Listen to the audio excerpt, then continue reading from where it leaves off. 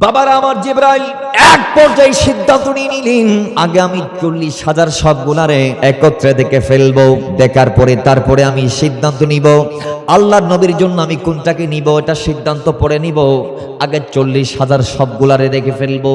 জিবরাইল বলে বোরাক দেখতে লাগলাম, দেখতে দেখতে দেখতে দেখতে জান্নাতের একেবারে বোরাকদের শেষ কাতারে গিয়ে আমি একটা বোরাক পাইলাম, যে বোরাকের চোখগুলা ঢুকে গিয়েছে, নাকের মধ্যে শ্লেষ্মা দেখা যায়, চোখ দিয়ে পানি পড়তে পড়তে পানি রাস্তা হয়ে গিয়েছে।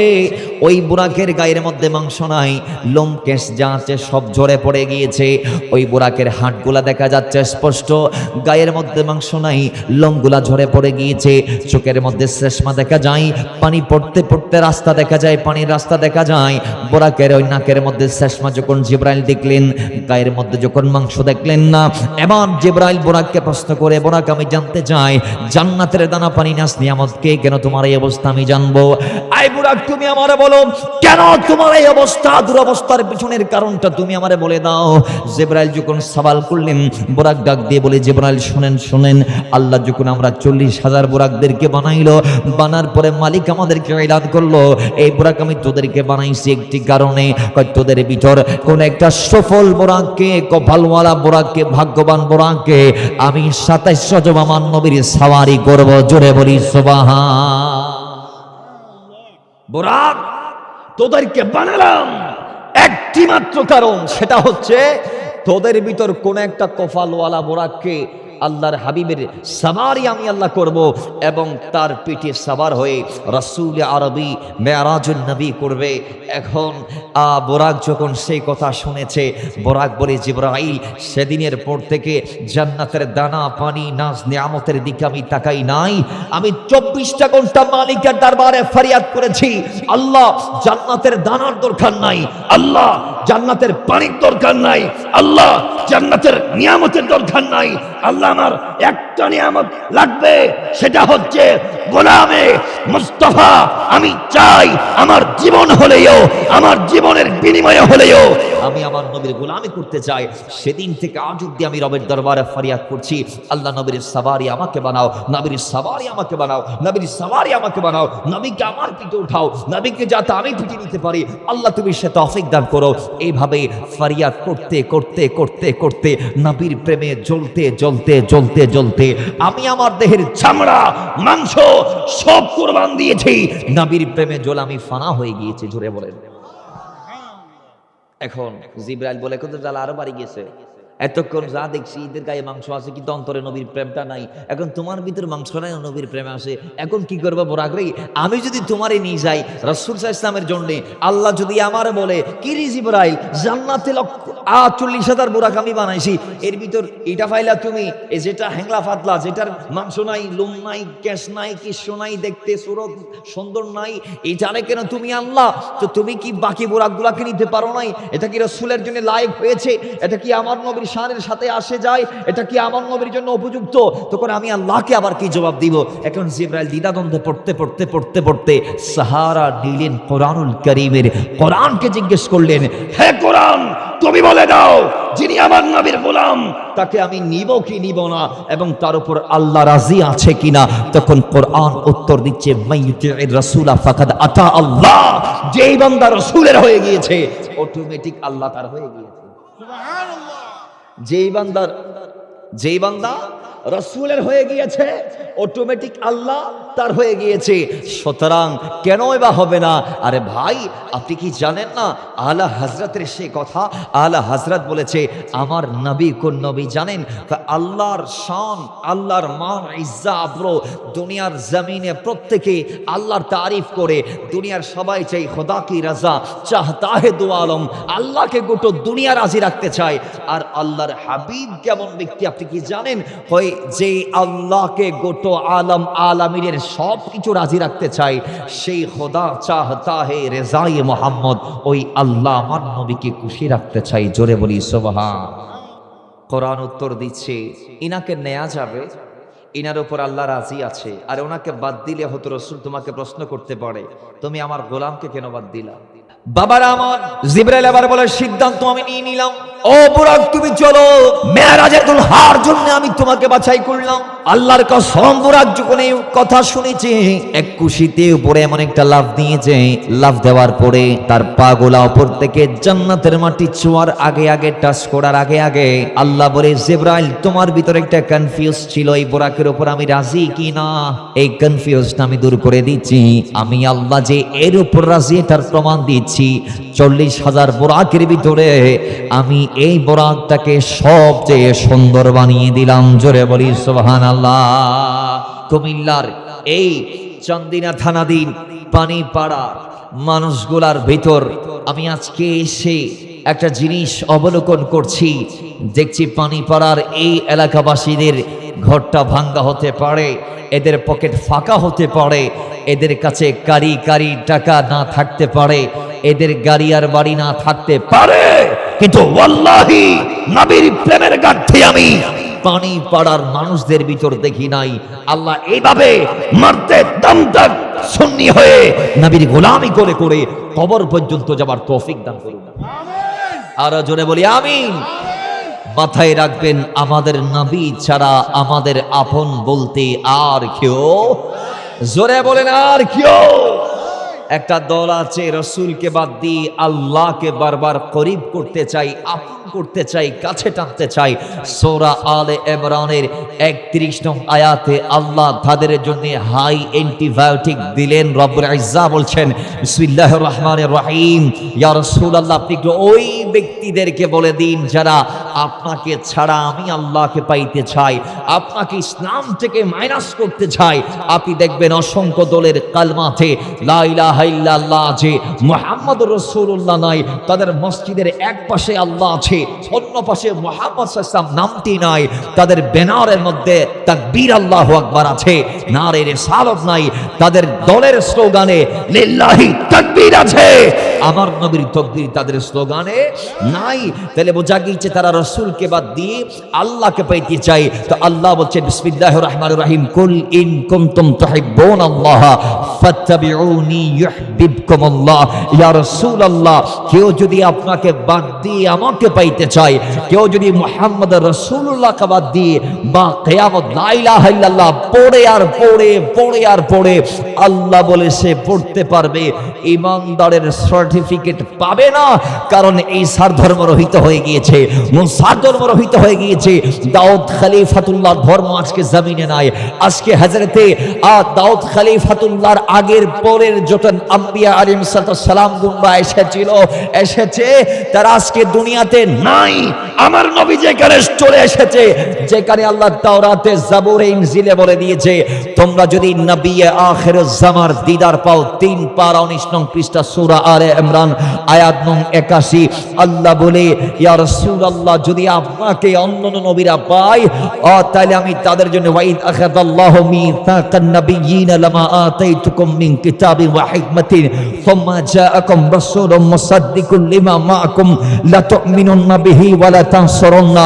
ইয়া রাসূলুল্লাহ আপনাকে পেলে কোন নবী তার ধর্ম এবং অনুসারী নিয়ে জমিনে থাকতে পারবে না। কোন নবী আর রাসূল দুনিয়াতে আপনাকে বাদ দিয়ে নিজের পদাঙ্ক মতো অনুসরণ করে তারা চলতে পারবে না। তাদের উপর আমি আল্লাহ ডিরেক্ট এলান দিলাম, তারা আপনাকে পেলে সঙ্গে সঙ্গে যেন আপনার কদমে গিয়ে কলমাটা নিয়ে তারা যেন মুসলমান হয়ে আপনার গোলাম হয়ে আপনাকে যেন তারা সাহায্য করে। জোরে বলি সুবহানাল্লাহ। তাহলে আজকে কি বাকি ধর্মগুলো আছে?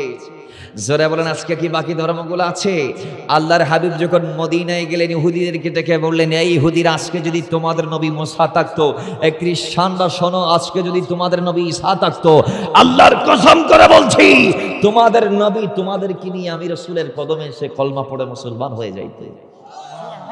আর একটু জোরে বলি সুবহানাল্লাহ। তাহলে যে রাসূলকে পাইলে অন্যান্য নবীরা কলমা পড়তো, আল্লাহ বলছেন তোমরা কি মেনে নিয়েছো? প্রত্যেক নবীরা বলেছিল আকরারতুম, আল্লাহ আমরা মেনে নিয়েছি, রিসিভ করে নিয়েছি। আল্লাহ বলে ঠিক আছে তোমরা যে মানলাম, মেনে নিলাম, আমার রাসূলকে আমি সাক্ষ্য থাকলাম।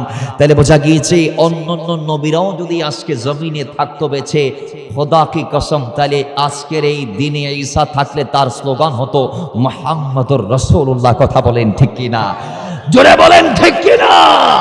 কিন্তু আজকে আমার দেশের তথাকথিত কিছু বান্দানা সেটাকে বাদ দিয়ে দিয়েছে।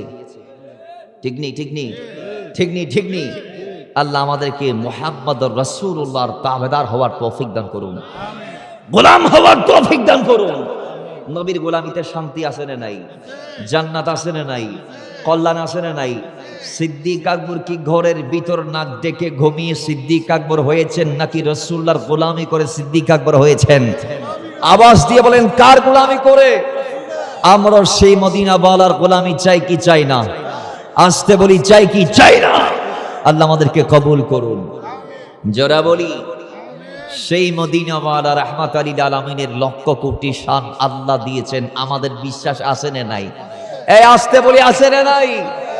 সেই রাসূলের শানের ভিতর, মুজিজার ভিতরে অন্যতম শ্রেষ্ঠ একটি মুজিজার নাম হচ্ছে মেরাজুন নবী। সুবহানাল্লাহ বলবেন না? আমার নবীর মুজিজার ব্যাপারে সংখ্যা ভেদ, মতভেদ, ইমামদের আইম্মাদের মত পার্থক্য দেখা যায়। ইমাম নাবাবী বলছেন একটি, এভাবে অন্যান্য ইমামরা বলছেন আরেকটি, ইবনে কাসির বলছেন আরেকভাবে। কেউ কেউ বলছেন আমার নবীর মুজিজার সংখ্যা হচ্ছে 1000, কেউ কেউ বলছেন 3000, কেউ কেউ কম বেশির কথা বলেছেন। যাই হোক বাবার, আমার রাসূলুল্লাহর মুজিজা 1000 হোক, 3000 হোক, অথবা 24000 হোক, অথবা যাই হোক না কেন, অথবা 64000, 63000, লক্ষাধিক আল্লাহর হাবিবকে যত মুজিজা দিয়েছে, সমস্ত মুজিজার ভেতরে অন্যতম শ্রেষ্ঠ একটি মুজিজার নাম হচ্ছে মেরাজুন নবী। জোরে বলি সুবহানাল্লাহ। মাথায় রাখবেন, এই নিয়ামত অন্যান্য নবীরা আল্লাহর কাছে চেয়েছিল, কিন্তু আল্লাহ তাদেরকে দিয়েছেন। কোন নবী মেরাজ করতে পেরেছে? বাবারা আমার, প্রত্যেকটা নবী আল্লাহকে দেখার জন্য পাগল ছিল। কেউ ফরিয়াদ করেছে, কেউ করতে পারে নাই। মুসা কালিমুল্লাহর ইতিহাস আমরা সবাই জানি। আল্লাহর কোরআন বলছে বিসমিল্লাহির রহমানির রহিম, ওয়া কাল্লামাল্লাহু মুসা তাকলিমা। আল্লাহ মুসা কালিমুল্লাহর সাথে ডিরেক্ট কথা বলেছে, উইদাউট জিবরাইল মাধ্যম ইত্যাদি ইত্যাদি ছড়া আল্লাহ মুসার সাথে কথা বলেছে। মুসা ইসলাম যখন তোরে সিনার মধ্যে গিয়ে আল্লাহর সাথে কথা বলতে আছে, কথা বলতে আছে, কথা বলতে আছে, কথা বলতে আছে, এক পর্যায়ে মুসা রবকে দেখার আগ্রহ প্রকাশ করে বলে, রাব্বি আরিনি আনজুর ইলাইক। আল্লাহ, তোমার কালামেতে জামিল না জানি তুমি কত বড় জামিল। আল্লাহ, আমি তোমারে দেখতে চাই, দেখতে চাই, আমার মন চাই তোমারে দেখতে। আল্লাহ মুসা তোমার দরবারে ফরিয়াদ করে দেখার জন্য। জুড়ে বলি সুবহানাল্লাহ। রাব্বি আরিনি আনজুর ইলাইক, আল্লাহ তোমারে দেখতে চাই, দিদার দাও। সুবহানাল্লাহ, জুড়ে বলেন। বাবারা আমার, আল্লাহর সব জবাব দিয়েছিলেন তারানি, সম্ভব নয়, সম্ভব নয়, ইম্পসিবল, আমাকে দেখা যাবে না। আল্লাহ বলেন তারানি, মুসা বলে রাব্বি আরিনি। রব বলেন তারানি, মুসা বলে রাব্বি আরিনি আনজুর ইলাইক। আল্লাহ তোমারে দিদার আমি পাইতে চাই, আমারে দিদার দাও। আল্লাহ বলেন তারানি, আমারে দেখা যাবে না, আমারে দেখা সম্ভব নয়। মুসা, তোমার ভিতর সে কওয়াত নাই, সে এবিলিটি নাই, সে যোগ্যতা নাই। তুমি আমারে কিসের ভিত্তিতে দেখবা? তোমার ভিতর তো সেই পাওয়ার নাই মুসা, কেমনে তুমি দেখবা? আর তোমার মুকদ্দরায় তো আমি মেরাজের হিস্সেটা আমি দেই নাই, সেটা দিয়েছি আমি নবী আখিরুজ জামা বাইসে কাউন মাকা নবী, যিনি আল্লাহর হাবিব হয়ে সবার পরে আসবেন এবং লক্ষ লক্ষ নবীদেরকে যে দিন আল্লাহ দিয়েছেন সেই দিনকে স্টেটমেন্ট দিবেন, কয় আমি তো সেই নবীর মুকাদ্দরে আমি মেরাজটা দিয়েছি, তুমি কেমন আমারে দেখবা? কিন্তু মূসা আলাইহিস সালাম নাছুর বান্দা, তিনি দেখবেই দেখবে, দেখবেই দেখবে, দেখবেই দেখবে। যখন সে তার দাবির থেকে নড়ে না, আল্লাহ বলে ঠিক আছে, একটু করে ট্রাই করে দেখো, আমাকে দেখতে পারো কিনা, পসিবল হয় কিনা, কিংবা সম্ভব হয় কিনা। মূসা আলাইহিস সালাম বলে, আল্লাহ এখন কি করতে পারি? তো বেশি না, অমুক তারিখ তুমি একটু তোর সিনাতে আসবে। তিনি আসলেন, আল্লাহ বলে জুতা খুলে আসো না আলাই, তিনি খুলে তোর পর্বতে গেলেন। সেখানে অনেক লম্বা ওয়াকিয়া।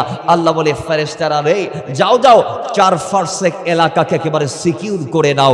একেবারে এমন ভাবে সিকিউর করবা যে 4 ফারসেক তো 48 মাইলের ভেতরে বা 34 মাইলের ভেতরে কোনো মশা, কোনো মাছি, কোনো পক্ষীকুল কিচ্ছু থাকতে পারবে না, কারণ তারা সেখানের ভেতর থাকলে জোরে ছাই ছাই হয়ে যাবে। কথা বলেন ঠিক কিনা?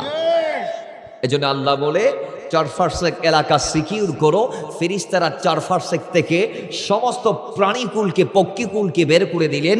সেখানে যত প্রাণী ছিল আল্লাহ সবাইকে বের করে দেওয়ার পরে জায়গাটাকে রেড সিগন্যাল দিয়ে আল্লাহ রাইট জোন ঘোষণা করলেন। ফেরেশতারা একজন আরেকজনের হাত ধরে দাঁড়িয়ে আছে যাতে ওই 48 মাইলের ভেতর কেউ কদম না রাখতে পারে। এরপরে আল্লাহ বলে মুসা তুমি কি এসেছো? আল্লাহ হ্যাঁ এসেছি। আল্লাহ বলে মুসা তুমি কি প্রস্তুত? আল্লাহ আমি প্রস্তুত। আল্লাহ বলে মুসা একটু শক্ত করে দাঁড়াও। মুসা কালিমুল্লাহ বলে আল্লাহ আমি শক্ত করে দাঁড়াইলাম। বাবার আমার আল্লাহ আবার দিদার দিচ্ছেন। জালোয়া জালোয়ায়ে খোদা যখন তোর পর্বতে মুসা কালিমুল্লাহর দিকে আসতে শুরু করলো, দেখা গিয়েছে তোর পাহাড় আর স্থির থাকতে পারছে না, নড়াচড়া শুরু করে দিয়েছে। তোর পর্বতের মাটিগুলা জ্বলে জ্বলে সুরমা হয়ে যাচ্ছে, লাল হয়ে যাচ্ছে। বাবার আমার শুধু আল্লাহ কতটুক দিদার দিয়েছে মুসা কালিমুল্লাহকে জানেন? মুফাসসিরগণ বলছেন কাআদ মোলাতিল গানাম, একটা বকরীর নাকের ছিদ্র পরিমাণ আল্লাহ তার নূরকে উত্তোলন করলেন। মাঝখানে 70,000 নূরের পর্দা দিলেন। একটি বকরীর নাকের ছিদ্র পরিমাণ নূর যখন মাঝখানের 70,000 পর্দাকে ভেদ করে যখন তোর পর্বতে পড়েছে, আল্লাহর কসম তোর পর্বত আর টিকে থাকতে পারে নাই, জলে শর্মা হয়ে গিয়েছে। ইভেন কি আজও তোর পাহাড়ের কালার হচ্ছে লাল। কথা বলেন ঠিক কিনা? জলে শেষ। মুসা বেহুশ হয়ে জমিনে পড়ে গিয়েছে। আল্লাহ বলে হে মুসা বলেছি না লাম তারানি, আমাকে দেখা কারো পক্ষে পসিবল নয় একমাত্র আমার বন্ধু ছাড়া। জোরে বলি সুবহান, আরে জোরে বলি সুবহানাল্লাহ। মুহাব্বতে দরুদ পড়ি আল্লাহুম্মা সাল্লি আলা মাওলানা মুহাম্মাদ ওয়া আলা আলি সাইয়্যিদিনা। আরে তোমাকে ডাকি যদি একবার আল্লাহ, আমাকে কাছে টানো বারে বারে। তোমাকে ডাকি যদি একবার আল্লাহ, আমাকে কাছে টানো বারে বার। যদি পথ ভুলে যাই আমাকে দিও ঠাই, যদি পথ ভুলে যাই আমাকে দিও ঠাই। দিও দিশে এইটুকু আবেদন আল্লাহ, আমাকে কাছে টানো বারে বার। আমাকে কাছে টানো বারে বার। বলি তোমাকে ডাকি যদি একবার আল্লাহ, আমাকে কাছে। দুনিয়ার বুকে আমরা সবাই মুসাফির, বনে যাই প্রতিদিন গুনাহের জাল। ঠিক কিনা? হাত তুলে বলেন ঠিক কিনা?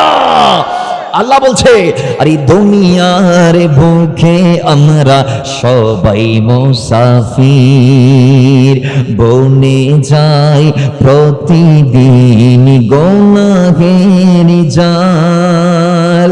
স্বপ্নেরা দল বেঁধে রাতে করে ভিড়, আসবে কি কাঙ্ক্ষিত সোনালি সকাল।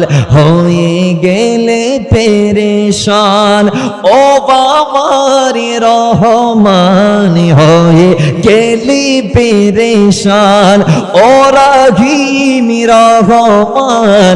জিকিরেতে হতে দিও একাকার আল্লাহ, আমাকে কাছে টানো বারে বার।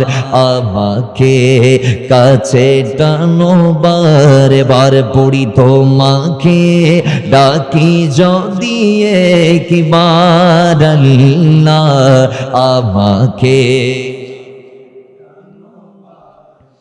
বাবার আমার আল্লাহ বলে মুসা কালিমুল্লাহ আমাকে যিনি দেখবেন তিনি নবী আখির জামান 22 গৌরমাকা ওই নবীকে আমি দিদার দিবস, তিনি ছাড়া আমি আল্লাহকে আর কেউ দেখতে পাবে না। এবার বাবার আমার মুস্তাকিম মোল্লার জামানা শেষ, লক্ষ লক্ষ নবী রাসূলুল্লাহ দুনিয়াতে আসলো গেল, হাজার হাজার রাসূলুল্লাহ দুনিয়াতে আসলো গেল, লক্ষ লক্ষ নবীদের পরে হাজার হাজার রাসূলদের পরে আল্লাহ সমস্ত নবীদের দিনকে সত্যায়ন করার জন্য আল্লাহ যখন তার হাবিবকে পাঠাই দিলেন, রাসূল যখন দুনিয়াতে চলে আসলেন, আসার পর যখন তিনি মানুষদেরকে হাকের কথা বলতে লাগলেন, মিলাদুন নবীর পর থেকে আল্লাহ নবী যখন মানুষদেরকে ডাক দিতে লাগলেন, ডাক দিতে দিতে 40 যখন ইসলামের বাণী অফিসিয়ালি শুরু হয়েছে, ইসলামের বাণী যাইতে যাইতে যাইতে যাইতে প্রচার করা অবস্থায় যখন 12টা বছর গেল, তখন আল্লাহ রাব্বুল ইজ্জাত তার হাবিবকে এই মেরাজ নামক নিয়ামত দিয়ে ধরে বলি সুবহান। নবুয়তের দ্বাদশ বর্ষে 12তম বৎসরে নবীজির 52 বছর বয়সে সুবহানাল্লাহ পড়বেন না? আর একটু জোরে বলি। এখন আল্লাহ এত বড় আজিম নিয়ামত কেন দিয়েছেন? অসংখ্য কারণ আছে, আমরা একটা একটা করে বলি। রাসূল সাল্লাল্লাহু আলাইহি ওয়াসাল্লাম এই যে বছর তিনি মেরাজ করছিলেন, সেই বছরে কয়েকটা মাসের মাথায় তিনি আপন দুজন একেবারে কুলিনকে হারিয়েছিলেন। একজন ছিলেন আমার নবীজির স্ত্রী, আমাদের মা খাদিজাতুল কুবরা আত-তাহেরা রাদিয়াল্লাহু তাআলা আনহা। তাকে আল্লাহর হাবিব হারালেন। এবং চাচা যান, যিনি রাসূল সাল্লাল্লাহু আলাইহি ওয়াসাল্লামের ডান হাত ছিলেন, যিনি আমার নবীর কলিজার টুকরা ছিলেন, আমার নবীর অভিভাবক ছিলেন, আমার নবীর ওয়ালি ছিলেন, ওয়ালি, যিনি আমার নবীর ছায়া ছিলেন, আমার নবীর জন্য বটবৃক্ষ ছিলেন, সেই সাইয়েদনা আবু তালেব রাদিয়াল্লাহু তাআলা খাজা আবু তালেবকে যখন রাসূল হারিয়ে ফেললেন, নিজ স্ত্রী আমাদের আম্মা জান মা খাদিজাকে যখন রাসূল সাল্লাল্লাহু আলাইহি ওয়াসাল্লাম হারালেন, আমার নবীর অন্তরে ব্যথা। রাসূলের অন্তরে, জোরে বলে আমার নবীর অন্তরে। দুনিয়াতে যদি আপনার দুজন আপনজন থাকে, আপনি যদি 1 মাসের মাথায় এই পাশে আর ওই পাশে যদি দুজনকে হারিয়ে ফেলেন, আপনার অন্তর কেমন হবে? রাসূল সাল্লাল্লাহু আলাইহি ওয়াসাল্লামের এমনটা হয়েছিল মনে করেন। যদিও আমাদেরকে নিয়ে রাসূল আর তুলনা হয় না, দেয়াটাও বেয়াদবি। রাসূলের তুলনা নিজেই নিজের। সুবহানাল্লাহ পড়বেন না? সুবহানাল্লাহ। দুনিয়াতে আমার নবীর কোনো তুলনা আছে? না। আমার নবীর কোনো মেসাল আছে? না। রাসূল তো নিজে বলছেন, আইয়ুকুম মিসলি, কে আছো আমার মেসাল, কে আছো আমার মতো। তার মানে বোঝা গিয়েছে সৃষ্টি জগতে আমার নবীর মতো কোনো বান্দা তো দূরের কথা, আল্লাহ অন্য নবীদের ভিতরে আমার নবীর মতো আল্লাহ কাউকে বানায় নাই। বান্দা তো দূরের কথা, আল্লাহ আমার রসুলের মতো কোন রসুলকে বানাই নাই, ঠিক কি না? এজন্য আশিকরা বলে, ইয়া রাসূলুল্লাহ, আপনার তুলনা আপনি নিজেই। দুনিয়ার কাউকে দিয়ে আপনার তুলনা হবে? জোরে বলেন, হবে? বাবার আমার ওই মদিনাওয়ালা দুজন আপনজনকে হারিয়ে হানির গুড়ে 50 গুণের গড়ে আছি। আল্লাহ নবীর অন্তরে ব্যথা। রাসূল চেহারা মলিন করে হানির গোড়ের মধ্যে শুয়ে গেলেন। আল্লাহ বলে, জিবরাইল, আমার নবীর অন্তরে ব্যথা, রাসূলের ব্যথা দূর করার জন্যে আমি আল্লাহ আমার নবীকে মেরাজ দিব। যাও যাও, মেরাজের দাওয়াত দিয়ে আমার রাসূলের কদমে যাও। আমার নবীকে গিয়ে বলো, মুসা কালিমুল্লাহ আমার দেখতে চেয়েছি, লক্ষ লক্ষ নবীরা আমার দেখার জন্যে ফরিয়াদ করেছে। অন্তর থেকে মুখ খুলে প্রত্যেকটা নবী আশা ছিল রবকে দেখবে, কিন্তু দেখতে পারে নাই। ইয়া রাসূলুল্লাহ, আমি আপনাকে দিদার দিচ্ছি। জিবরাইলের মাধ্যমে যখন আল্লাহ মেসেজটুকু পৌঁছালেন রাসূলের কদমে, জিবরাইল যখন নিয়ে আসলো আল্লাহ নবীর কদমে, আসার পরে এবার জিবরাইল পায়গামটা দিবে কিভাবে? জিবরাইল দেখে আল্লাহ নবী রাহমাতুল লিল আলামিন উম্মাহানির গোড়ের মধ্যে নিদ্রাচ্ছন্ন তন্দ্রাচ্ছন্ন অবস্থায় শুয়ে আছে। জোরে বলি সুবহান। রাসূল আমার নবীজি সাল্লাল্লাহু আলাইহি ওয়াসাল্লাম তিনি তন্দ্রাচ্ছন্ন বা নিদ্রাচ্ছন্ন অবস্থায় উম্মাহানির গোড়ে আছেন। এখন রাসূলের ঘুম কেমন ঘুম? জিবরাইল জানে 1 বছর পরে সিদ্দিক আকবর রাদিয়াল্লাহু তাআলা এই নবীর ঘুম রক্ষায় নিজের জীবন কোরবান করবে গা রাসূলের গুহার ভিতরে। কথা বলেন ঠিক না? তো সেই নবীর ঘুম আমি কেমনে ভাঙি? দাঁড়িয়ে আছে, আর উপরেও যাই না, রাসূলকেও ডাকে না, জিবরাইল দাঁড়িয়ে আছে রাসূলের কদমে এসে। আল্লাহ বলে, জিবরাইল দাঁড়ায় আসুসকা তুরে না, আমি আল্লাহ বানার পর তুই আমার একটা প্রশ্ন করছিলি, তুই আমার থেকে জানতে চাইছিলি আল্লাহ আমারে বানার পরে আল্লাহ তুমি আমার গোটা শরীরটা দিলে একরকম, জিব্বাটা দিল ভিন্ন রকম। আল্লাহ শরীরের উষ্ণতা একরকম, জিব্বাটা ভিন্ন রকম, জিব্বাটা একটু ঠান্ডা করে বানাইলা। মালিক জানতে চাই কেন বানাইলা? আল্লাহ বলে জবাব আজকে নয়, যেদিন জবাব দেওয়ার সঠিক সময় হবে সেদিন দিব জবাব। আজকে দেওয়ার সময় এসেছে জিবরাইল, তোর জবাব হচ্ছে মেরাজের রাতে মুস্তাফা জানের রহমত পেলা কৌসালাম নবীর কদমে যখন তোমাকে আমি পাঠাবো, তখন তোমার জিব্বার বড়ই প্রয়োজন হবে মুস্তাফার ঘুম ভাঙার জন্য, আমার নবীর ঘুমকে শীতল করার জন্য। ও জিবরাইল দেরি করিও না, আমার নবীর কদম মুবারকের তোলা মুবারকের মধ্যে তুমি তোমার ঠান্ডা জিব্বাটা লাগাই দাও, আমার নবীর ঘুম হালকা হয়ে যাবে। জোরে বলি সুবহান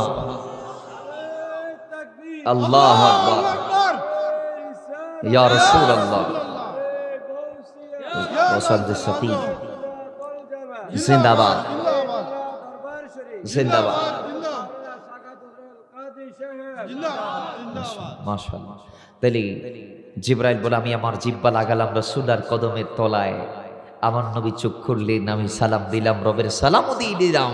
এরপর আমি আল্লাহর যে পেগাম মেসেজ আমি যেটা নিয়ে এসেছি রাসূলের প্রতি আল্লাহর যে একটা ওয়াহী আমার তরফ থেকে, আমার মাধ্যমে আল্লাহর তরফ থেকে এসেছে, সেটা আমি দিলাম। ইয়া রাসূলুল্লাহ, আল্লাহ আপনাকে মেহমান বানাতে চাই, আল্লাহ আপনাকে দাওয়াত দিয়েছে। জোরে বলি সুবহান।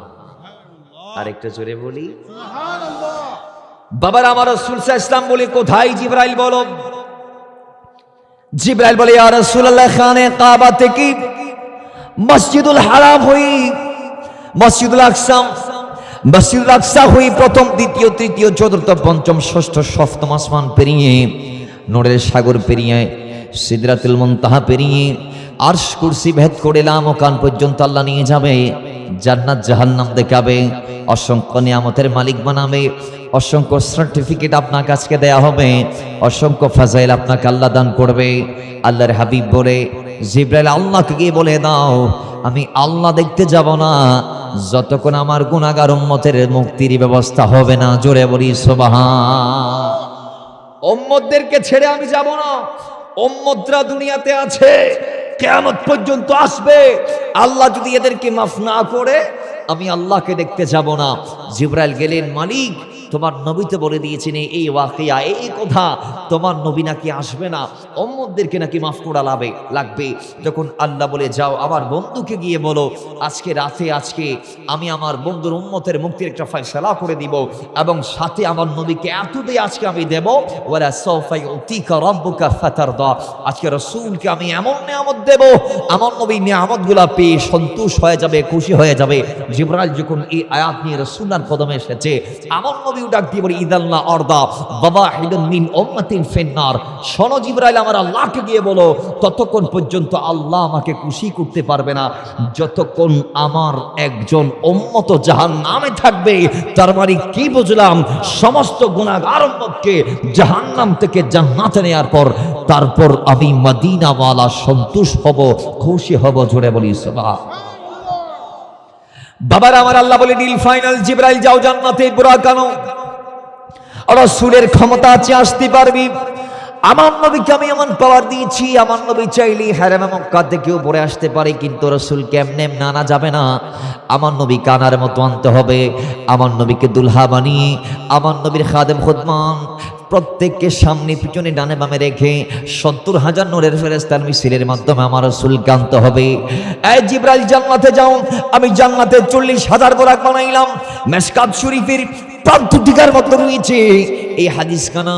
কয়েকবার জিবরাইল যখন মেরাজের জন্য বোরাক বাছাই করতে, আল্লাহর নবীর সাওয়ারি বাছাই করতে যখন জান্নাতে গেলেন, জান্নাতের মধ্যে বোরাক এর সংখ্যা জিবরাইল দিকে একটা নয়, দুটা নয়, ৪০,০০০। এখন জিবরাইল কোন বোরাকটাকে নিবে রাসূলের জন্য? আল্লাহ বলেছে খবরদার, যেটা দামি সেরা আইবে নিবা, এটা আমার নবীর জন্য নিবা। এখন জিবরাইল গেছে, যার পর দেখতেছে যে জান্নাতে বোরাক আল্লাহ বানিয়ে রেখেছে ৪০,০০০। কয় হাজার? ৪০। এখন জিবরাইল বলে আমি যদি 10টা দেখি একটা নিয়ে যাই, আল্লাহ বলবে বাকি 39,990টা বোরাক যে তুমি না দেখে চলে আসলা, এখানে তো এর চেয়ে ভালো ভালো বোরাক আছে, এর চেয়ে সুদর্শন বোরাক আছে, এর চেয়ে সুন্দর বোরাক আছে। এখন তুমি কেন আমার নবীর জন্য এই বোরাকটা নিয়ে আনলা?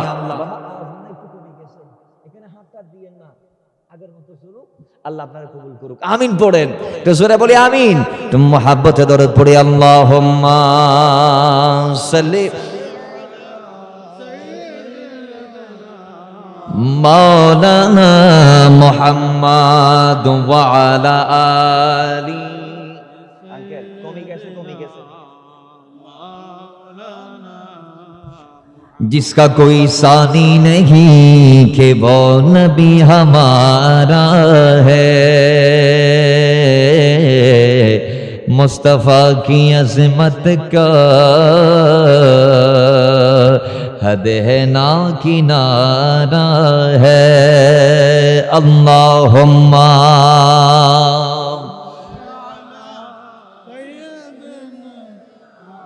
मौलाना मुहम्मद व अला आली सय्यिदना। বাবার আমার আবার জিবরাইল বলি জান্নাতে বুরাক, এবার আমি বাঁচতে লাগলাম, বাঁচতে যাচাই বাছাই করতে করতে যেটা দেখি সেটা সুন্দর লাগে, রাসূলের জন্য কোনটাকে ফেলে কোনটাকে নেই, যেটা দেখি সেটাই সুন্দর লাগে। বাবার আমার আমরা যখন ঈদে কোরবানে মার্কেটিং করতে যাই, বড়রা বাজারে যখন আমরা যাই, আমরা যখন চান্দিনা বাজারে যাই, আজকে আমি চান্দিনা বাজার দিয়ে আসার সময় আমি নিজে আমার মেয়ের জন্য কেনাকাটা করে আসছি। আমি নিজে আপনাগর চান্দিনা বাজারতে আমি নিজে আমার মেয়ের জন্য 3টা জামা নিছি, 3টা কোথা কোন কয়খানা, এবং আমার সফর সঙ্গী 3 জন ওখান থেকে, আমার ভাই নাসির যিনি আমার পাইলট, আমার বড় ভাই উনিও ওনার মেয়ের জন্য নিলেন, ওনার জন্য নিলেন, বাকি 2 জন রেজা ভাই এবং আমার ছোট ভাই ওহিদুল ইসলাম কাদেরি, এরাও এদের জন্য সওদা করলেন। তাহলে চান্দিনা বাজার থেকে আমরাও মার্কেটিং করলাম। তা আমি আমাকে নিয়ে আজকে তুলনা দেই, আমি যখন আমার মেয়ের জন্য কাপড় দেখলাম হুজুর, আমি 3টা জামা দেখলাম, 3টাই সুন্দর। এখন আমি কোনটাকে নিব? শেষমেশ দোকানদার মেয়ে আমার কয় হুজুর আপনি আপনার বেগম সাহেবরে ফোন দেন, হে যেইয়া কয় হেইয়া নেন। এখন আমি বেগম সাহেবরে ফোন দিছি, এও বলতেছে আপনার যেটা মন চায় আপনি এইটা নেন। এখন আমি শেষমেশ 3টাই নিয়ে নিছি, শেষমেশ আমি 3টাই নিয়ে নিছি। তাহলে আমরাও যখন ঈদে কুরবানে মার্কেট করতে যাই, আমরা যখন পোশাক কিনতে দোকানদারকে বলি দোকানদার ভাই কয়েকটা পাঞ্জাবি দেখান, দোকানদার যখন আমাদেরকে 2-3টা পাঞ্জাবি দেখায়, পাঞ্জাবিগুলা সুন্দর যদি হয়, তাহলে আমরা কোনটাকে রেখে কোনটাকে নিব একটু কনফিউজড হয়ে যাই, আমরা দ্বিধাদ্বন্দ্বে পড়ে যাই। কারণ যেটা দেখি সেটাই সুন্দর, কোনটাকে রেখে কোনটাকে নিব, ঈদের জন্য কোনটা মানাল হবে। এখন জিবরাইলে যখন বুরাক বাছাই করতে জান্নাতে গেলেন, তো জিবরাইলও দেখছে আল্লাহ যে 40,000 বুরাক বানিয়েছে, একটার চেয়ে একটা সুন্দর। এখন সে দ্বিধাদ্বন্দ্বে পড়ে গেছে কোনটাকে রেখে রাসূলের জন্য কোনটাকে নিবে। জোরে বলি সুবহানাল্লাহ। বাবারা আমার জিবরাইল এক পর্যায়ে সিদ্ধান্ত নিয়ে নিলেন, আগে আমি 40,000 সবগুলারে একত্রে দেখে ফেলবো, দেখার পরে তারপরে আমি সিদ্ধান্ত নিব আল্লাহর নবীর জন্য আমি কোনটাকে নিব, এটা সিদ্ধান্ত পরে নিব। আগে 40,000 সবগুলারে দেখে ফেলবো। জিবরাইল বলে বোরাক দেখতে লাগলাম, দেখতে জান্নাতের একেবারে বোরাকদের শেষ কাতারে গিয়ে আমি একটা বোরাক পাইলাম, যে বোরাকের চোখগুলা ঢুকে গিয়েছে, নাকের মধ্যে শ্লেষ্মা দেখা যায়, চোখ দিয়ে পানি পড়তে পানি রাস্তা হয়ে গিয়েছে। ওই বুরাকের গায়ের মধ্যে মাংস নাই, লোম কেশ যা আছে সব ঝরে পড়ে গিয়েছে। ওই বুরাকের হাড়গুলা দেখা যাচ্ছে স্পষ্ট, গায়ের মধ্যে মাংস নাই, লোমগুলা ঝরে পড়ে গিয়েছে। চোখের মধ্যে শ্লেষ্মা দেখা যায়, পানি পড়তে রাস্তা দেখা যায়, পানির রাস্তা দেখা যায়। বুরাকের ওই নাকের মধ্যে শ্লেষ্মা যখন জিবরাইল দেখলেন, গায়ের মধ্যে যখন মাংস দেখলেন না, এবার জিবরাইল বুরাককে প্রশ্ন করে, বুরাক আমি জানতে চাই জান্নাতের দানা পানি নাস নিয়ামত কে, কেন তোমার এই অবস্থা আমি জানবো। আই বুরাক তুমি আমারে বলো কেন তোমার এই অবস্থা, দুরবস্থার পিছনের কারণটা তুমি আমারে বলে দাও। জিবরাইল যখন সওয়াল করলেন, বুরাক ডাক দিয়ে বলে, জিবরাইল শুনেন শুনেন, আল্লাহ যখন আমরা 40,000 বুরাকদেরকে বানাইলো, বানার পরে মালিক আমাদেরকে এলান করলো, এই বুরাক আমি তোদেরকে বানাইছি একটি কারণে, তোদের ভিতর কোন একটা সফল বুরাককে, কপালওয়ালা বুরাককে, ভাগ্যবান বুরাককে আমি 27 জন আমার নবীর সাওয়ারি করব। জোরে বলি সুবহান। বুরাক তোদেরকে বানালাম একটি মাত্র কারণ, সেটা হচ্ছে তোদের ভিতর কোন একটা কপালওয়ালা বুরাককে আল্লাহর হাবিবের সাওয়ারি আমি আল্লাহ করব, এবং তার পিঠে সাওয়ার হয়ে রাসূল আরবি মেরাজুন নবী করবে। এখন বুরাক যখন সেই কথা শুনেছে, বুরাক বলে, জিবরাইল সেদিনের পর থেকে জান্নাতের দানা পানি নাজ নিয়ামতের দিকে আমি তাকাই নাই, আমি 24টা ঘন্টা মালিকের দরবারে ফরিয়াদ করেছি, আল্লাহ জান্নাতের দানার দরকার নাই, আল্লাহ জান্নাতের পানির দরকার নাই, আল্লাহ জান্নাতের নিয়ামতের দরকার নাই, আল্লাহ আমার একটা নিয়ামত লাগবে, সেটা হচ্ছে গোলামে মুস্তাফা। আমি চাই আমার জীবন হলেও, আমার জীবনের বিনিময়ে হলেও আমি আমার নবীর গোলামি করতে চাই। সেদিন থেকে আজ অব্দি আমি রবের দরবারে ফরিয়াদ করছি, আল্লাহ নবীর সাওয়ারি আমাকে বানাও, নবীর সাওয়ারি আমাকে বানাও, নবীর সাওয়ারি আমাকে বানাও, নবীকে আমার পিঠে উঠাও, নবীকে যাতে আমি পিঠে নিতে পারি, আল্লাহ তুমি সে তৌফিক দান করো। এইভাবে ফরিয়াদ করতে করতে করতে করতে নবীর প্রেমে জ্বলতে জ্বলতে জ্বলতে জ্বলতে আমি আমার দেহের চামড়া মাংস সব কুরবান দিয়েছি, নবীর প্রেমে জ্বলে আমি ফানা হয়ে গিয়েছি। জোরে বলেন। এখন জিবরাইল বলে, কত জ্বালা আরো বাড়ি গেছে, এতক্ষণ যা দেখছি ঈদের গায়ে মাংস আছে কিন্তু অন্তরে নবীর প্রেমটা নাই, এখন তোমার ভিতর মাংস নাই, নবীর প্রেম আসে, এখন কি করবো বুরাক রে? আমি যদি তোমারে নিয়ে যাই রাসূল সাল্লাল্লাহু আলাইহি ওয়াসাল্লামের জন্য, আল্লাহ যদি আমারে বলে, কি রে জিবরাইল, জান্নাতে 40,000 বুরাক আমি বানাইছি, এর ভিতর এটা পাইলা তুমি, এই যেটা হ্যাংলা ফাতলা, যেটার মাংস নাই, লোম নাই, কেশ নাই, কিচ্ছু নাই, দেখতে সুরত সুন্দর নাই, এইটারে কেন তুমি আনলা? তো তুমি কি বাকি বুরাকগুলাকে নিতে পারো নাই? এটা কি রাসূলের জন্য লায়েক হয়েছে? এটা কি আমার নবীর শানের সাথে আসে যায়? এটা কি আমার নবীর জন্য উপযুক্ত? তখন আমি আল্লাহকে আবার কি জবাব দিব? এখন জিবরাইল দ্বিধাদ্বন্দ্বে পড়তে পড়তে পড়তে পড়তে সাহারা দিলেন কোরআনুল কারীমের, কোরআনকে জিজ্ঞেস করলেন, হে কোরআন তুমি বলে দাও, যিনি আমার নবীর গোলাম তাকে আমি নিব কি নিব না, এবং তার উপর আল্লাহ রাজি আছে কিনা? তখন কোরআন উত্তর দিচ্ছে, মাইয়ুতির রাসূলা ফাকাদ আতা আল্লাহ, যেই বান্দা রাসূলের হয়ে গিয়েছে অটোমেটিক আল্লাহ তার হয়ে গিয়েছে।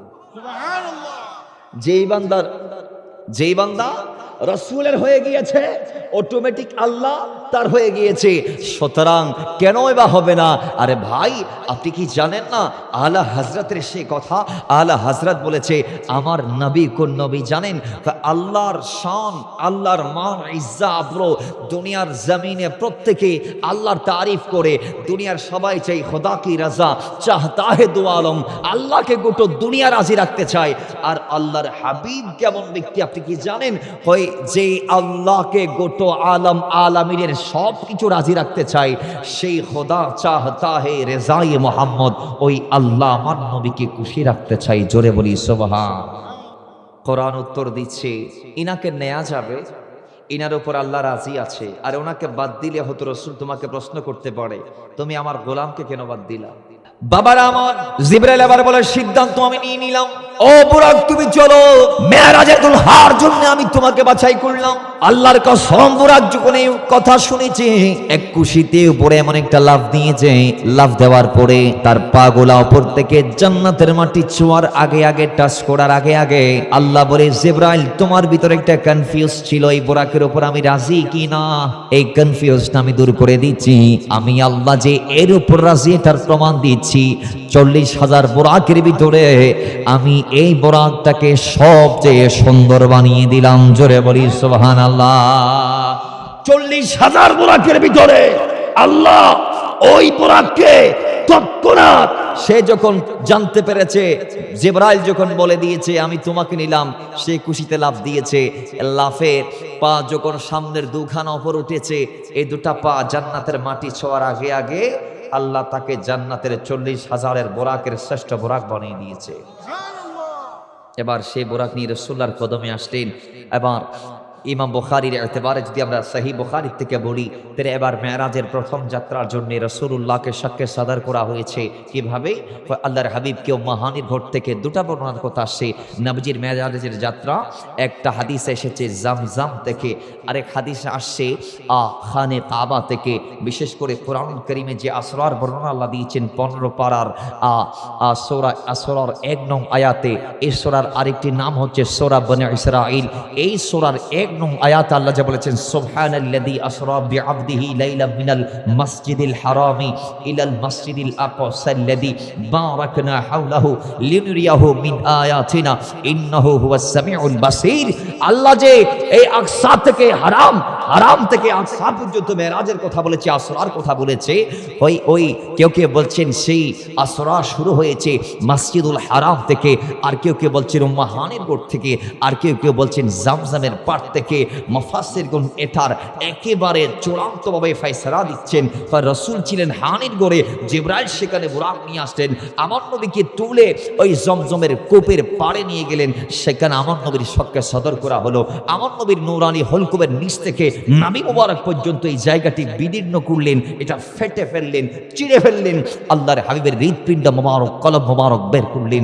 জিবরাইল আমিন আল্লাহর হাবিব বলছে, আমি দেখতে পাচ্ছি তিনি আমার হৃৎপিণ্ড যখন বের করেছে, তখন তিনি জমজমের পানি দিয়ে সেটাকে ধুইয়ে এক পেয়ালা জান্নাত থেকে আনা কৃত ঈমান এবং হিকমার এক পেয়ালা দিয়ে আমার কলবটা সেই আগের জায়গায় আবার স্থাপন করে দিয়েছে। জোরে বলি সুবহানাল্লাহ।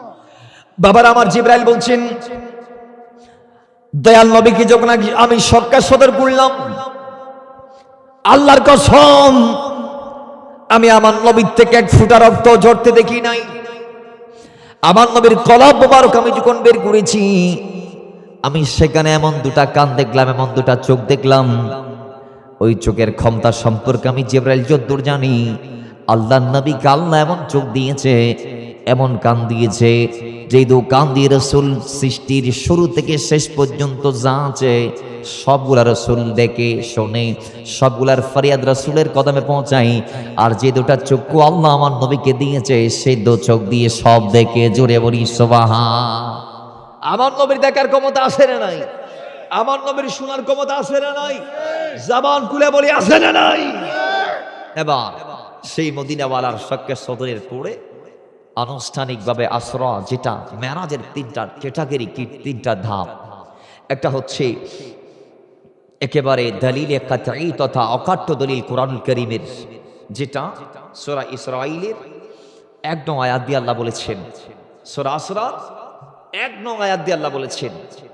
আর সেটা হচ্ছে মসজিদুল হারাম থেকে আকসা, সেটার নাম হচ্ছে আসরা, সেটার নাম আসরা। এজন্য আল্লাহ বলেছেন সেটার কথা বলতে কি সুবহানাল্লাযী আসরা, সুবহানাল্লাহ জুড়ে বলেন।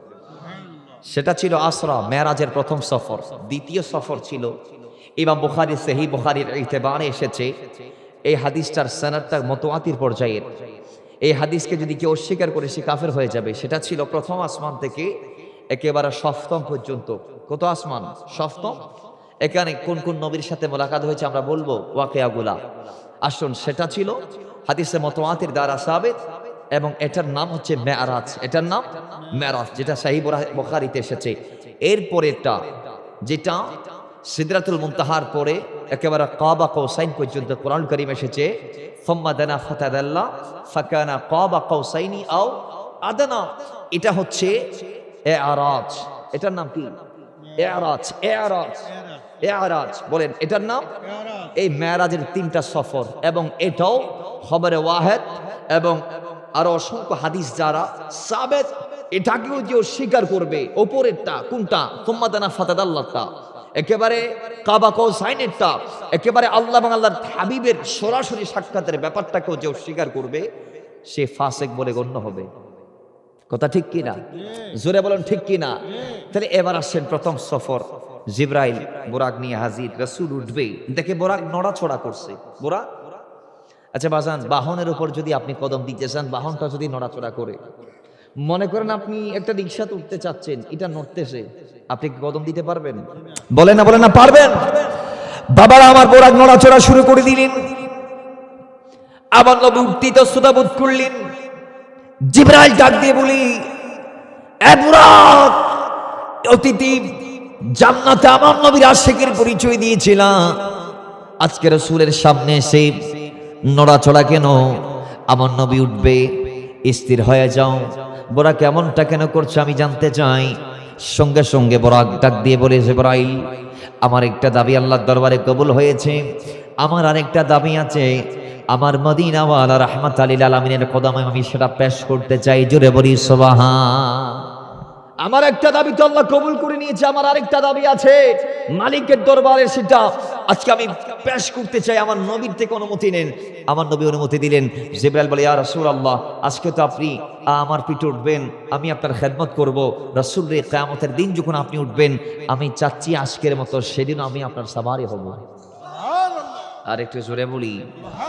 যদিও হাদিসে পাক এসেছে যে কাসওয়া নামক উটনির পিঠে রাসূলুল্লাহ সাল্লাল্লাহু আলাইহি ওয়াসাল্লাম বিদায় হজের ভাষণের সময় ছিলেন, সেটা হবে কিয়ামতের দিন নবীজির বাহন। কিন্তু কিছু কিছু হাদিসে এসেছে বুরাক রাসূলুল্লাহর কদমে ফরিয়াদ করেছে, ইয়া রাসূলুল্লাহ, যে লাইলাতুল আসরাত আমি যেভাবে আপনাকে পিঠে নিচ্ছি, সেইভাবে কিয়ামতের মাঠেও, হাসরের মাঠেও আমি আপনাকে পিঠে নিতে চাই।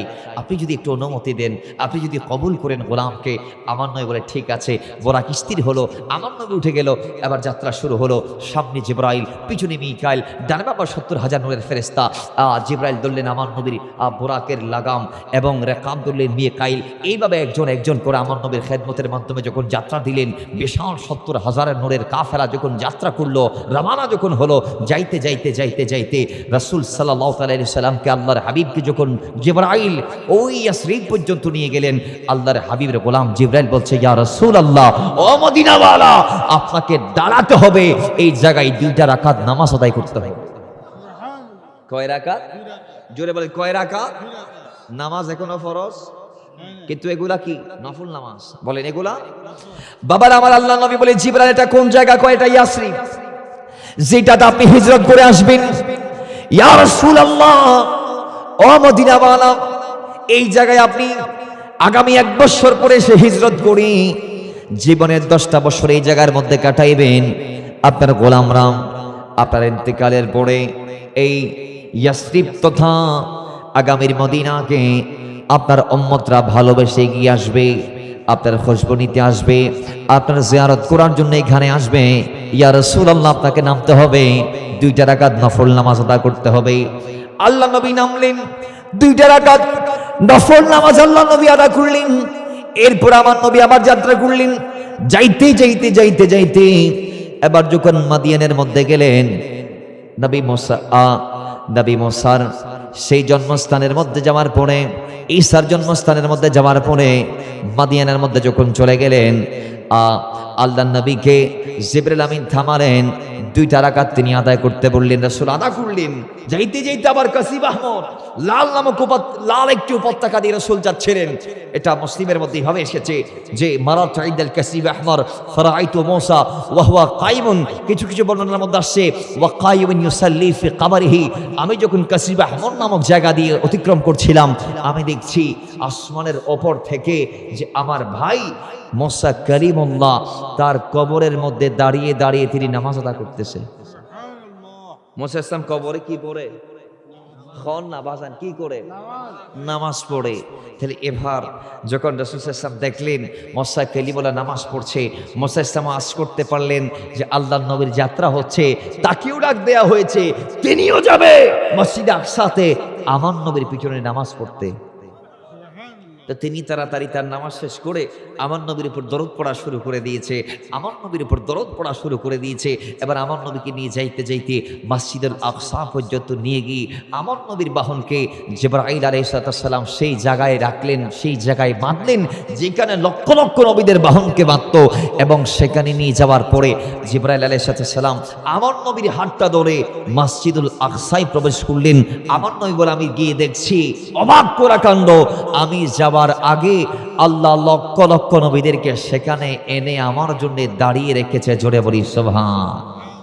আমি যখন কদম দিলাম আমার জন্য লক্ষ লক্ষ নবীরা দাঁড়িয়ে গেল, কিয়াম করলো আমার তাজিমার্থে, সম্মানার্থে তারা দাঁড়িয়ে গেল। তাহলে বোঝা যাচ্ছে আল্লাহর হাবিবের জন্য দাঁড়ানোটা বেদাত নয়, আল্লাহ নবীর জন্য দাঁড়ানোটা নবীদের সুন্নাত। যদিও আজকের আমাদের সমাজের কিছু জ্ঞান পাপী রাসূলের জন্য দাঁড়াতে চায় না, যদিও নেতার জন্য তারা আবার দাঁড়ায়। ঠিক নেই, ঠিক নেই, ঠিক নেই, ঠিক কিনা বলেন? নেতার জন্য দাঁড়াই, কিন্তু রসুলের জন্য বলেন, বলেন রসুলের জন্য তাদের লজ্জা লাগে। আবার শুক্রবারে মিলাদ কিয়ামও অনেকের মজা লাগে না। খতিব সাহেবদের যখন ইয়া নবী সালামু আলাইকা বলে, কিছু মানুষ জুতা খুঁজে মসজিদে তাড়াতাড়ি বাইরে হওয়ার জন্য। ঠিক নেই? আল্লাহ রসুল চেনার তৌফিক দান করুন। জোরে বলি আমিন। বাবারা আমার, আল্লাহ নবী কদম দিলেন। জিবরাইল আলাইহিস সালাম যখন আল্লাহর হাবিবের হাত ধরে মসজিদুল আকসার মধ্যে কদম দিলেন, লক্ষ লক্ষ নবীরা আমার নবীর সম্মানার্থে তাজিমার্থে দাঁড়িয়ে গেল, লক্ষ লক্ষ নবীরা দাঁড়িয়ে কিয়াম করলো। সেদিন প্রত্যেকটা নবী আর রাসূল আপন আপন জায়গায় থেকে ভেবেছিলেন হয়তো আল্লাহ রাব্বুল ইজ্জাত তাদেরকে ইমামতির আজকের গৌরব দায়িত্বটা দিবে। তারা মনে মনে ভেবেছিল যে আল্লাহ আজকে হয়তো তাদেরকে ইমাম বানাবে, যেহেতু যারা অনেক বড় নবী ছিলেন।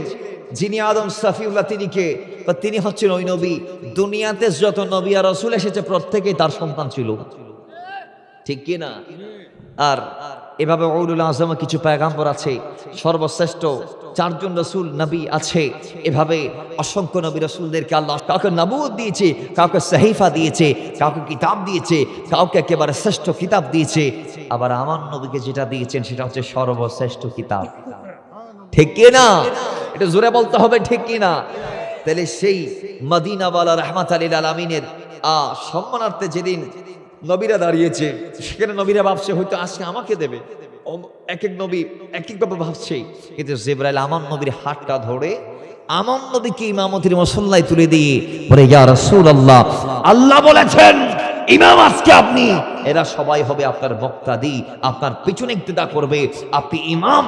সব নবীরা মুসল্লি। জোরে বলি সুবহানাল্লাহ। সমস্ত নবীরা আপনার মুসল্লি।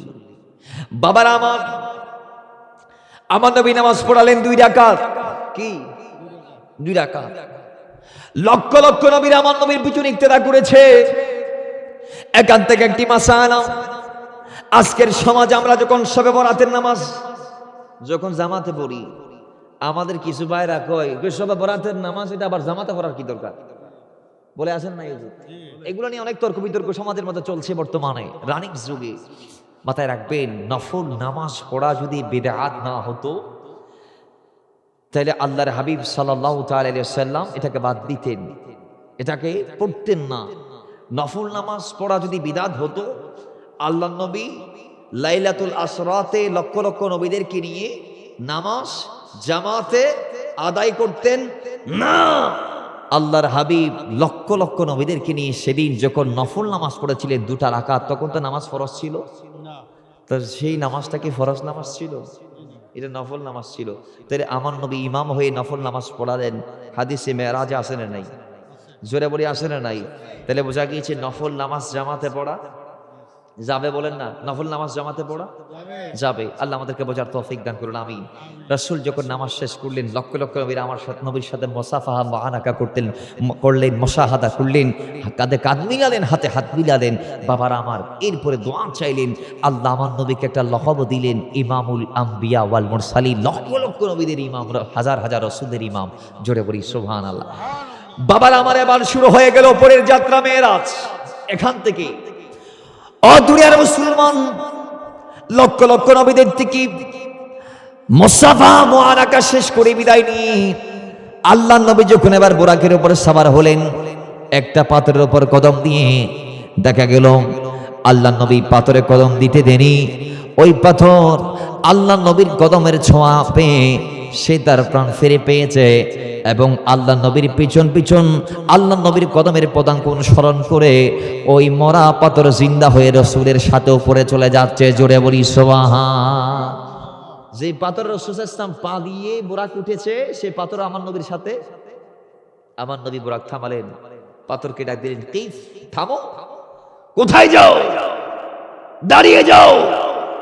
পাথর, কোথায় যাচ্ছ? তখন পাথর বলে, ইয়া রাসূলুল্লাহ, আমি ছিলাম মৃত, আপনি নবীর কদমের ছোঁয়া লেগে আমি হয়েছি জীবিত, আমি আমার প্রাণ ফিরে পেয়েছি ইয়া রাসূলুল্লাহ।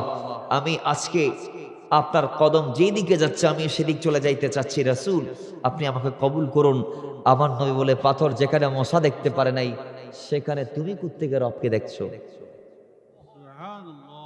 যেখানে মশা দেখতে পারে নাই সেখানে তুমি পাথর কেমনে রবকে দেখবা? আমি রাসূল তোমাকে বলছি, পাথর তুমি দাঁড়িয়ে যাও, থেমে যাও।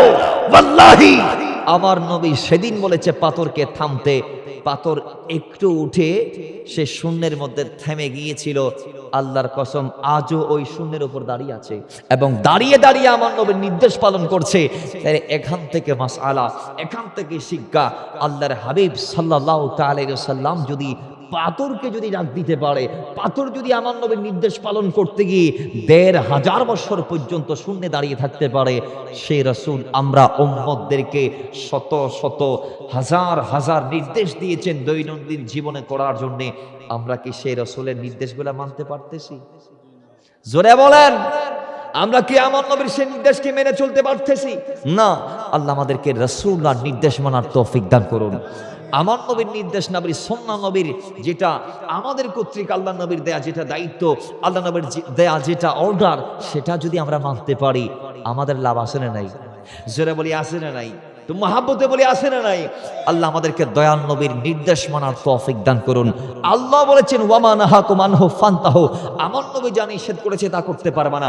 মা আতাকামুর রাসূল ফাখুযুহু, রাসূল যা দিয়েছেন তা ছাড়তে পারবে না। তাহলে বোঝা গিয়েছে আমার নবী যা করতে বলেছে আমরা তাই করব, আমার নবী যা ছাড়তে বলেছেন আমরা তাই ছাড়বো। কথা ঠিক কিনা? জোরে বলি ঠিক কিনা? আল্লাহ কবুল করুন, আমিন পড়েন।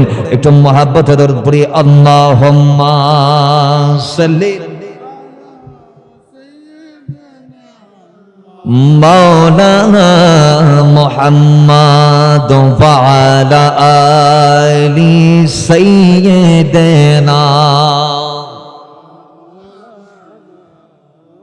আরে ডেকে নিবে যেদিন আমারে তোমার প্রিয় করে নিও, হায়াতের দিন ফোরালে খাতেমা ঈমান মোরে দিও। ও আল্লাহ, আল্লাহ, কালিমা নসিবে মোরে দিও, কালিমা নসিবে মোরে দিও। আল্লাহুম্মা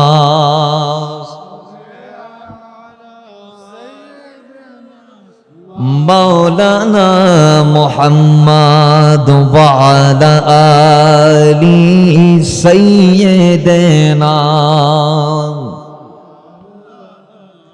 আরে তোমাকে করেছি পরে দুনিয়া বুকে,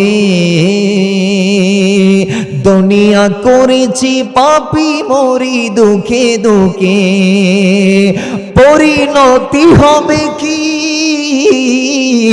চলে গেলে দম, মালাকুল মওত আমার আরে আসিবে যখন, আরে তখন তোমার রহমের হাত বাড়িও, কালিমা নসিবে মোরে দিও। পড়ি ডেকে নিবে যেদিন আমারে তোমার প্রিয় করে নিও, হায়াতের দম ফোরালে খাতেমা ঈমান মোরে দিও, কালিমা নসিবে মোরে দিও। আল্লাহুম্মা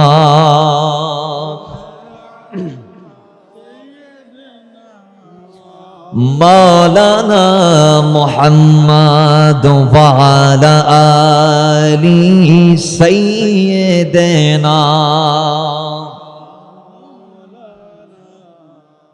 তাহলে এবার আমার নবী সেই পাথরকে নির্দেশ দিয়ে ওপরে যাত্রা শুরু হলো। প্রথম আসমানে রাসূল গেলেন। জিবরাইল প্রথম আসমানের দরজা যখন বন্ধ দেখলেন, তিনি গিয়ে ঠক ঠক করে কোরাঘাত করলেন। যখন দরজা খুলে দেওয়ার আগে ভিতর থেকে দারওয়ান জিজ্ঞেস করছেন, কে? জিবরাইল বলছে, আমি সাইয়্যিদুল মালায়েকা জিবরাইল। তো আপনার সঙ্গে কে? তো মুহাম্মদুর রাসূলুল্লাহ সাল্লাল্লাহু তাআলা আলাইহি ওয়াসাল্লাম। তো তাকে কি দাওয়াত করা হয়েছে? তো হ্যাঁ, তাকে দাওয়াত করা হয়েছে। আজকে তার জন্য তোমাদেরকে সারিবদ্ধভাবে আল্লাহ দাঁড় করিয়েছে, তার জন্য আজকে জান্নাতকে খুলে দেওয়া হয়েছে। আজকে তাকে দেখাবে বলে আল্লাহ জান্নাতকে উপযুক্ত করে সাজিয়েছে। ও ফেরেশতা, দরজা খুলো, আমার নবী আসবে। খোলা হলো দরওয়াজা, আমার নবীকে ইস্তেকবাল জানানো হলো। আমার নবী বলে, আমি যখন প্রথম আসমানে গেলাম, আমি আদম সাফিউল্লাহর সাথে আমার মোলাকাত হয়েছে। প্রথম আসমানে আদম সাফিউল্লাহর পরে আল্লাহর হাবিব বলে, আমি সমস্ত আসমানটা ঘুরে দেখলাম। এরপর আমি দ্বিতীয় আসমানে গেলাম, যাওয়ার পর ইয়াহইয়া ও ঈসাকে দেখলাম। তৃতীয় আসমানে গেলাম, ইউসুফ নবীকে দেখলাম। চতুর্থ আসমানে গেলাম, ইদ্রিস নবীকে দেখলাম। পঞ্চম আসমানে গেলাম, হারুন আলাইহিস সালামকে দেখলাম। আমি যখন ষষ্ঠ আসমানে গেলাম, আমি মুসা কালিমুল্লাহকে দেখলাম। সপ্তম আসমানে আমি যাওয়ার পরে ইব্রাহিম ইসমাঈল জাবিহুল্লাহকে দেখতে পেলাম। জোরে বলি সুবহানাল্লাহ। বুখারীতে এইভাবে ওয়াকিয়া এসেছে। এবার আসুন, প্রথম আসমান, দ্বিতীয় আসমান। রাসূল বলেছেন কোনটা কিসের তৈরি, কোনটার পরিধি কতটুক? রাসূল সাল্লাল্লাহু আলাইহি ওয়াসাল্লাম বলছেন প্রথম আসমান অনেক বিশাল, পাড়ি দিতে লাগা 500 বছর। দ্বিতীয় আসমান কত বিশাল জানেন?